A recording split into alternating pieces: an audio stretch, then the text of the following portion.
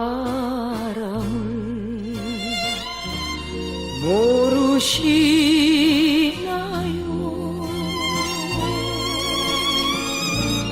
얌전한 몸에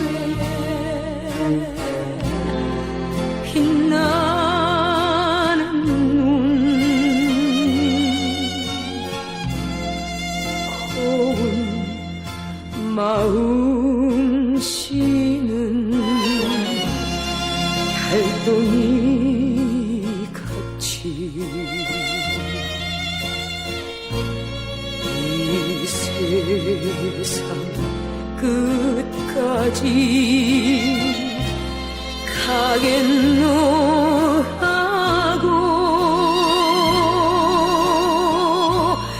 나하고 강가에서 맹세를 하던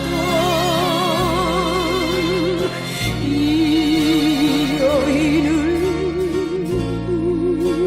누가 모르시나요?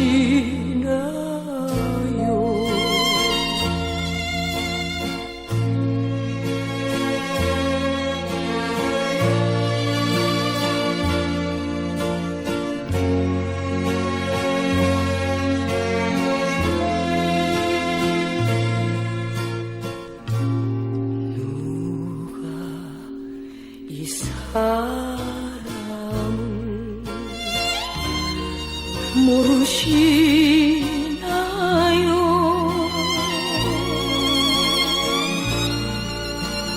우두런 정열에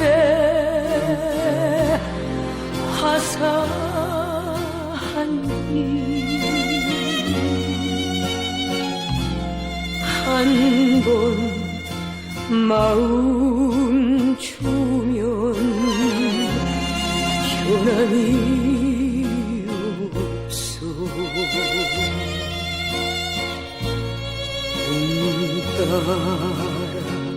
님 따라 가겠노라고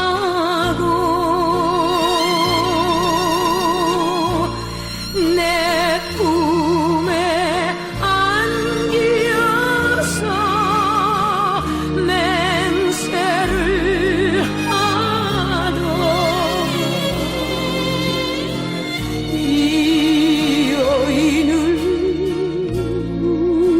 누가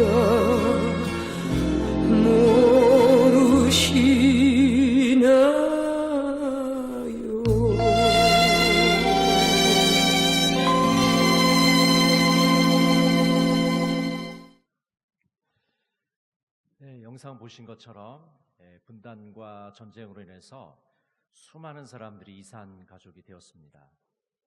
그래서 KBS에서 이산가족 찾기 운동을 했죠. 온 국민이 TV로 보면서 정말 헤어졌던 가족들이 서로 부둥켜 안고 다시 만나는 장면을 보면서 큰 감동을 받았습니다. 어떤 분들은 이렇게 얘기합니다. 이렇게 우리 민족이 고통을 당할 때 하나님 어디 계셨습니까? 여러분, 하나님 어디 계셨을까요? 예수님께서는 우리 민족의 고통 속에 함께 하셨습니다. 이 민족의 십자가를 함께 지고 가셨습니다.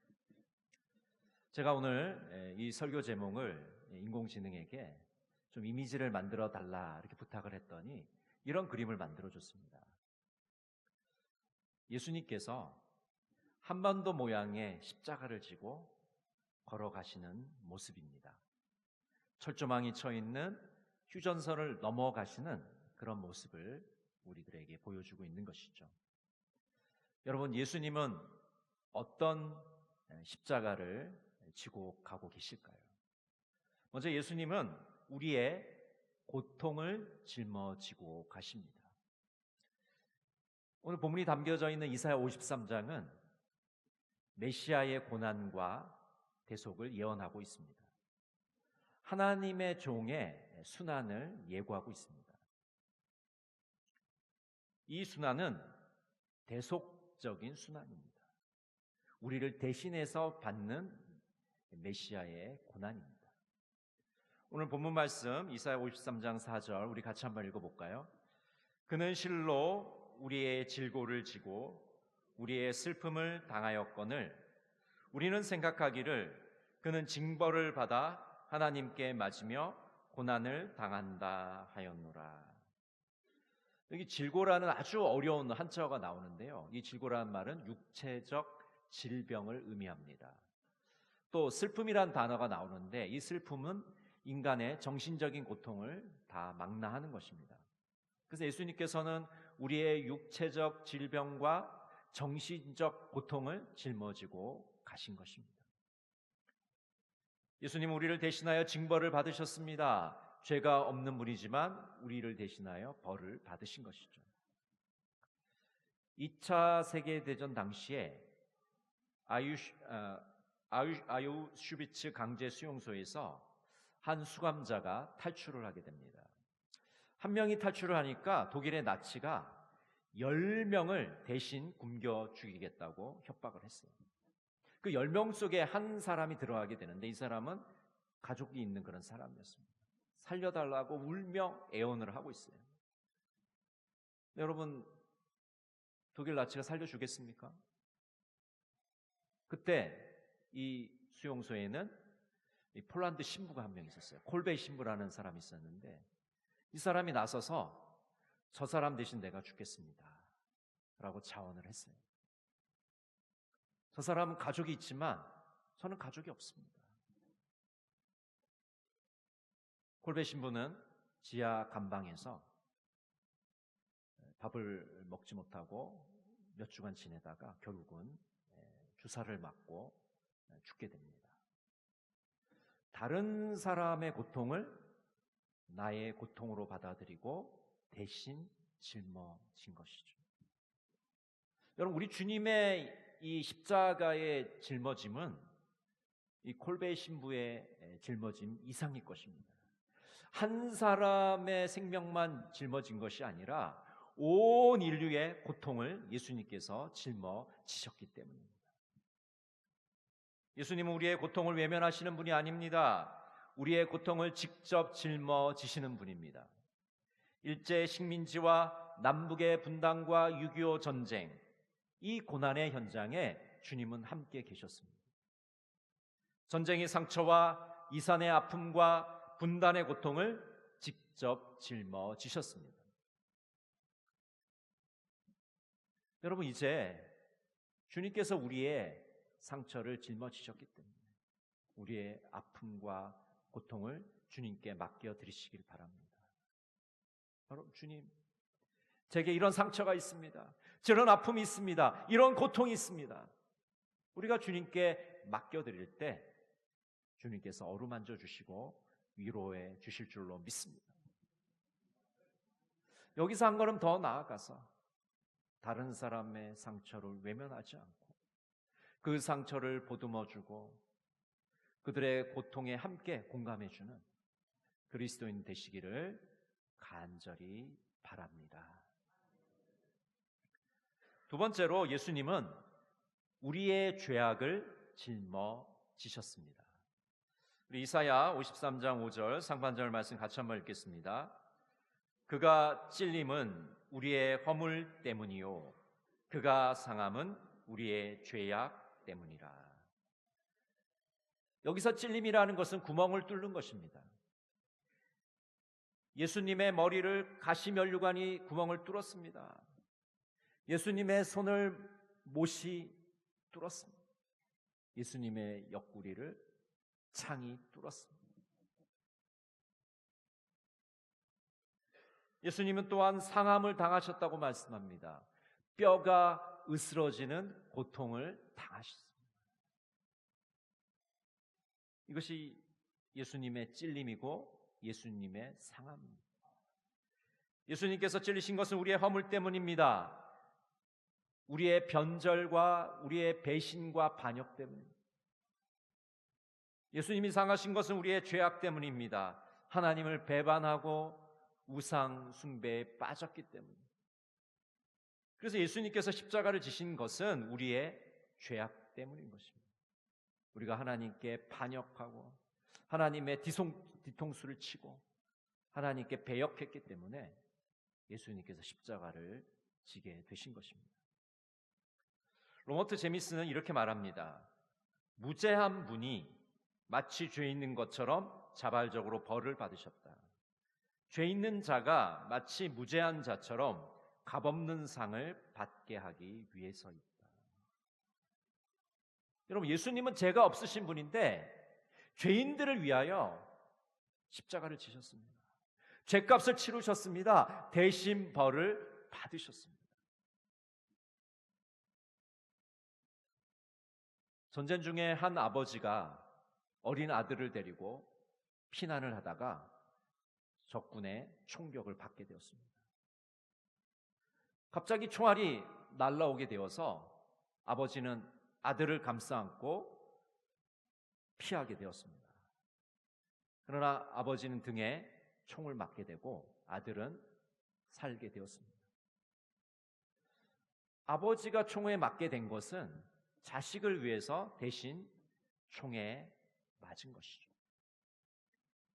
예수님은 십자가에서 남북이 서로 겨룬 총구를 친히 받아내고 계십니다. 미움의 총알을 받아내고 계십니다. 탐욕의 총알을 받아내고 계십니다. 교만의 총알을 받아내고 계십니다. 불순종의 총알을 받아내고 계십니다. 여러분, 우리는 주님 앞에 회개해야 합니다. 우리가 주님께 총구를 겨누고 총알을 내뿜고 있었습니다. 주님, 용서해 주십시오. 제가 주님께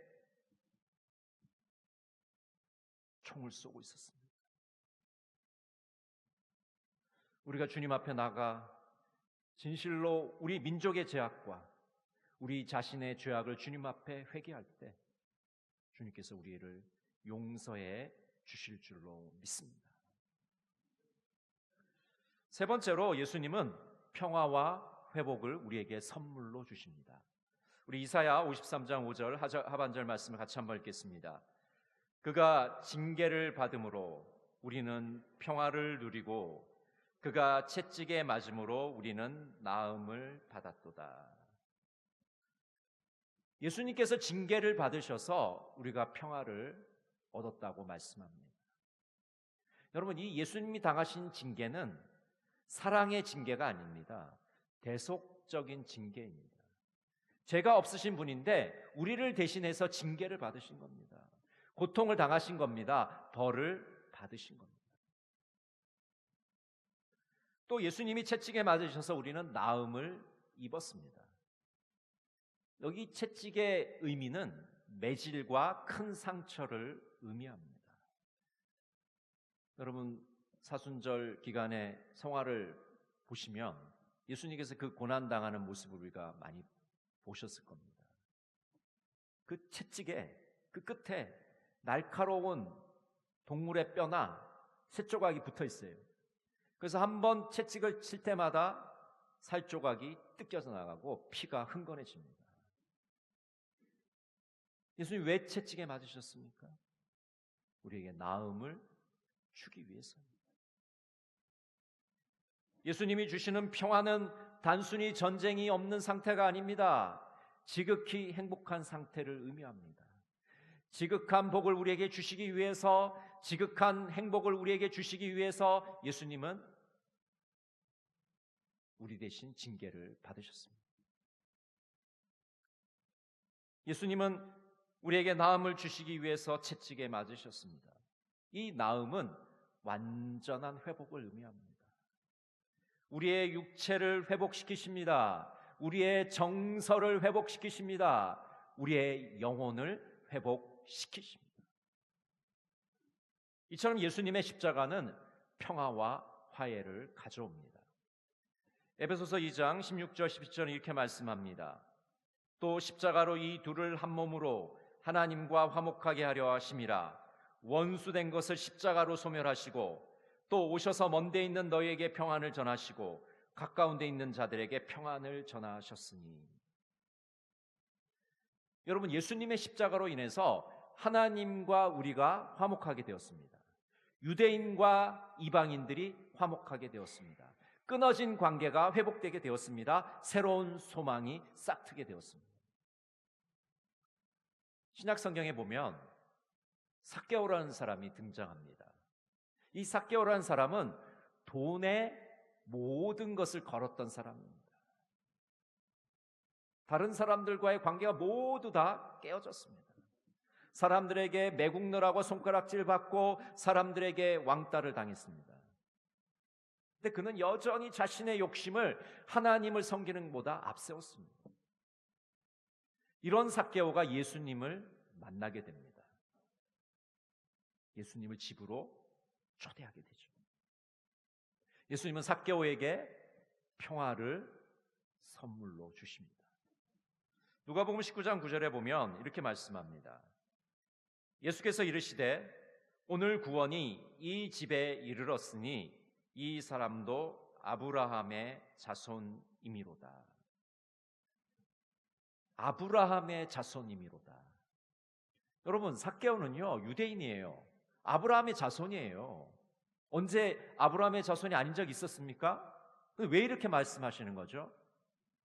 하나님과의 관계가 끊어졌기 때문에, 다른 사람들과의 관계, 이웃들과의 관계가 완전히 끊어져 있기 때문에 이제 예수님께서 아브라함의 자손이미로다. 삭개오에게 평화를 선물로 줍니다. 그래서 이제 하나님과의 관계가 회복되고 이웃들과의 관계가 회복되고 이제 하나님을 위해서 섬기는 그런 자로 변화되게 된 것입니다.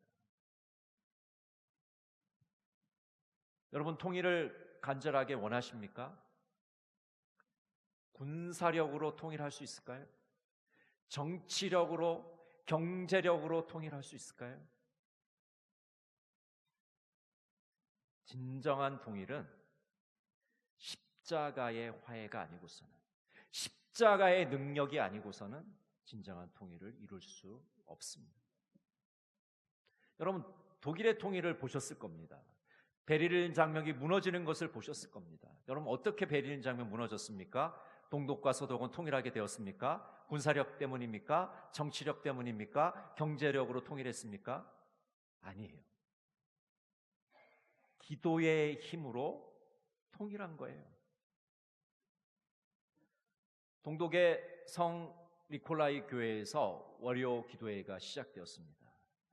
통일을 위해서 염려하는 사람들이 통일을 위해서 울부짖으며 기도회에 모였습니다.